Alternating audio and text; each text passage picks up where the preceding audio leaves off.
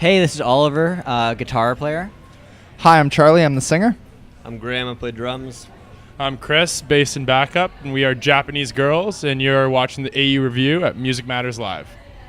Thanks. Thank you for joining us, and happy birthday to Charlie. Cheers. I turned 23 today. And you're doing 3 shows to celebrate it. Yeah, we played at 1 a.m. today, and we played at 9:20, and we're going to play again at 11:20. There you go. So how are you keeping up you're drinking water, keeping up the fluids. Stay hydrated. Yeah, I'm a real dork. I do a vocal warm-up. That's pretty much it. A lot of breathing. It's pretty hot out there. Yeah.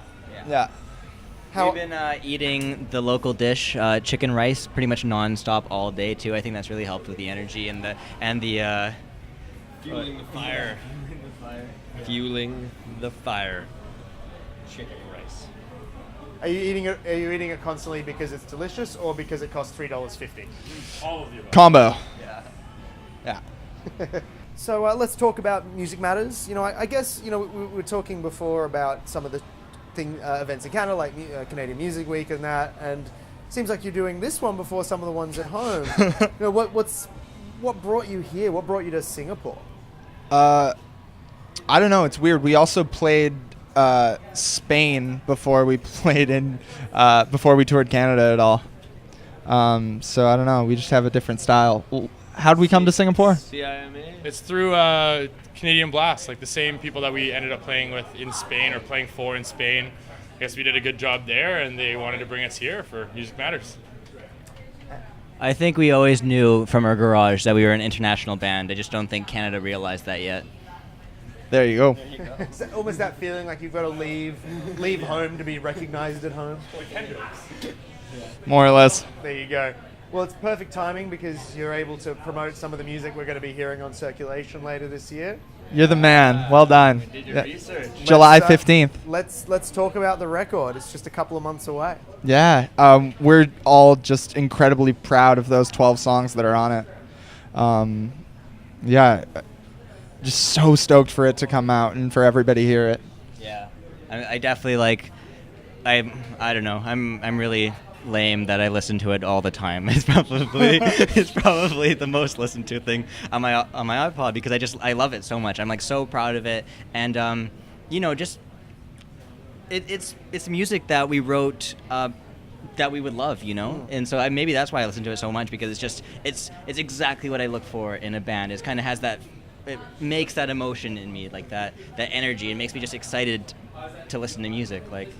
We're a live band primarily, and I think that our record Circulation really reflects that. Yeah. Reflects that in the way that not like we're a live band so we can't record a good album, but in that Is Kiss a live band? Kiss has an album called Alive where it's all recorded, but then they've dubbed in audience noises. It's really weird. Like a sitcom. Yeah. Like a laugh track.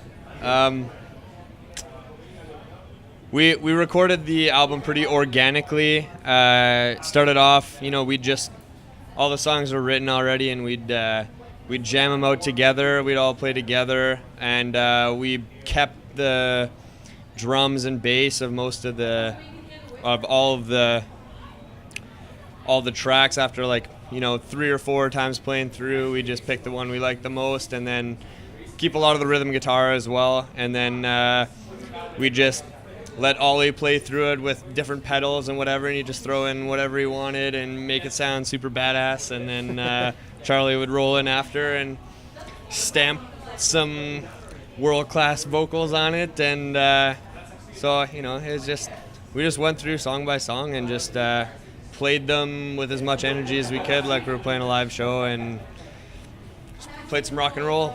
And our producer Steve Bays from Hot Hot Heat and Mounties and Fur Trade was just an incredible guy to work with and really shaped the songs and turned them into really wonderful things. We originally went into the studio with the plan of doing a 4-song EP, and we had 3 days, and we pounded through those 4 songs doing the drum tracks in 3 hours once we got the drums set up. And then we're like, okay, like let's do one more song. We pounded through that one right away. We're like, okay, let's do one more song. Boom, pounded through that one right away. You know, did all the layering, all the overdubs, all the vocals for it. Then Steve told us, he's like, hey, like I've got another couple of days, you know, a couple months down the road. Do you want to do a full length instead of just doing this EP? And we'll just, you know, it's coming together so well. Why don't we just wait a couple months, come back for another 4 days? And then again, we had only planned to do another 4 songs on those 4 days. But of course, we finished the 4, you know, pounded through a 5th, and then like completely rearranged and pretty much rewrote, turned it into almost a brand new song, a 6th song in that second 4-day session. So you've ended up with 12 songs on the record? Yeah, we went in aiming for 4 EP. Your math is correct. And we ended up with 12 in a full-length album. We toyed with the idea of releasing it as 2 separate EPs, but we felt like an LP is really a milestone for an up-and-coming band, and we thought I had more. Here, I can some stuff too. I mean, like, it was pretty interesting doing the album in 2 parts because kind of we went in with, I guess, different expectations. The first time we only had 2 days really to record, and then the second time we went in, and I guess the other thing about the first time was that we really went in just thinking that like we only have 2 days, let's make a sick punk record and do it as live as possible, you know. But then the second time we went in, we had 4 days, which is twice as much time, and so which is my math is correct. That's also wrong. We had 3 days the first time. But we didn't use the last day. I wasn't there. Charlie used the last day. Did he? Barely. Anyway, so Just Steve like editing all my drum tracks. yeah. So the second time we went in, I think we went in more with the idea of like how would this song sound on radio and trying to make more singles. Yeah. So, I mean, in the end, Second time around, Smalls, Southern Comforting, yeah, Tiger. Echoes.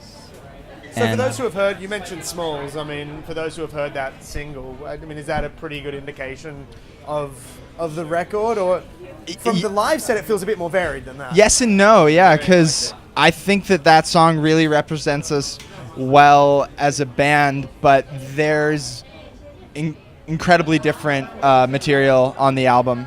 A lot poppier stuff and a lot slower stuff and even some harder stuff. Yeah. I think all of us really love Smalls, but originally I don't think any of us were considering it as the first single.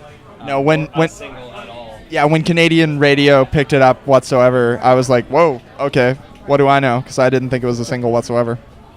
So what's next for you? Obviously releasing the record, but is there a tour? What's Yeah, we'll be... Got a few more Canadian dates lined up this summer, and there's talks of a U.S. tour imminently.